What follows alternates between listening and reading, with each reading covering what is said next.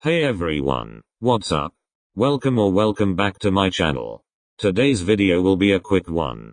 I'll be discussing aespa and Coachella. And before y'all jump the gun, no disrespect is intended towards anyone mentioned in this video. And these are all of my thoughts and opinions. Feel free to disagree but don't try to come for me. I have a few points I'd like to talk about, but before I start I just want to say both Blinks and Mize need to pack it up. All week y'all have been at each other's necks, as if both groups aren't insanely talented. It's so draining. Both groups can coexist and be successful. aespa performing at Coachella does not mean that they are a threat to the biggest girl group in the world. So both fandoms need to chill. Now that that's out of the way, let's get started.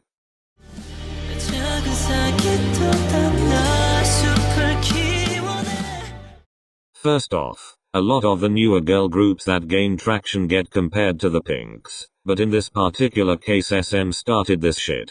Everyone can deny it all they want, but SM markets aespa as the next Blackpink. That's no shade to the aespa girlies. I'm not saying Karina, Winter, Ning or Giselle want to be Blackpink themselves. I'm saying that SM Entertainment themselves markets the group, their product, with the target audience in mind as people who have interest in groups like Blackpink. Whilst this is nothing new in the industry, unlike other entertainments, SM seem to have an uncanny obsession with this. It's almost as if they pride themselves in this. This is clear as day to anyone with eyes. From before debut they have always been very strange with how they marketed aespa. From sharing articles that suggest that aespa is the new Blackpink, to subliminally announcing that aespa are the only group to perform on the main stage. I think we all know that aespa being the next Blackpink is far from true, and SM do too. But this sneaky way of promoting aespa will of course anger fans. I'm pretty sure they know the nature of K-pop fans and how large Blackpink's fan base is. And they know the outrage and extent to which Blinks will go to defend the Pinks even when it's not necessary. So why not stir the pot and gain free publicity out of it? And because of this, a lot of Mize have been acting way too big for their boots, because they suddenly think aespa are the biggest thing out there. Whether the publicity is good or bad, it doesn't matter to SM because it works for them, as it's one of the things that keeps people constantly talking about aespa.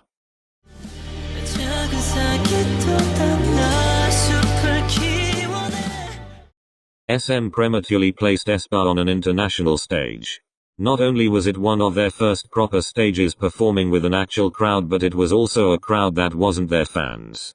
And an international crowd at that. Obviously, if SM gave a toss about doing things the proper way, they should have had aespa perform a couple times before throwing them into the deep end, and have them perform at a huge festival that they weren't even headlining at. aespa aren't big enough yet to just randomly appear as a surprise act to another act's stage. So it was no surprise to me that there was mixed receptions in the crowd. Whilst they did have some people enjoying their set at the front, majority of the crowd weren't losing their shit and hyped out of their minds to see them, because there's only a few K-pop groups that could actually cause that sort of reaction at such short notice, and they are all way more experienced and bigger groups.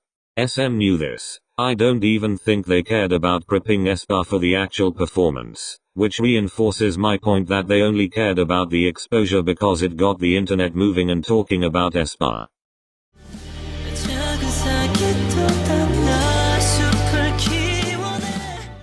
I'm happy that the girls finally had their microphones on all the way down. It wasn't the best, but that's okay. They will get better and improve with time. Nonetheless, they delivered and they sang better than a lot of groups that have been in the industry way longer than them, but that's tea for another day. And don't forget, not everybody can do what they do or sing songs like Savage or Next Level in the studio, so don't talk too much on them before Narvis decides to get violent with y'all.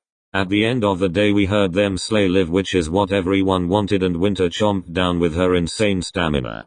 As a fan, I'm just disappointed that they didn't perform Yeppy, but we move. I guess we can't have it all. Overall, I'm happy for the girls because regardless of the turnout, it did give them some exposure and they looked like they had a good time. They got to network and meet other celebrities, which is cool. But again, it goes to show how these companies couldn't give a toss about doing things the proper way, which allowed K-pop fans to do what they do best and chat out of their asses. I hope with time they get more comfortable with performing live.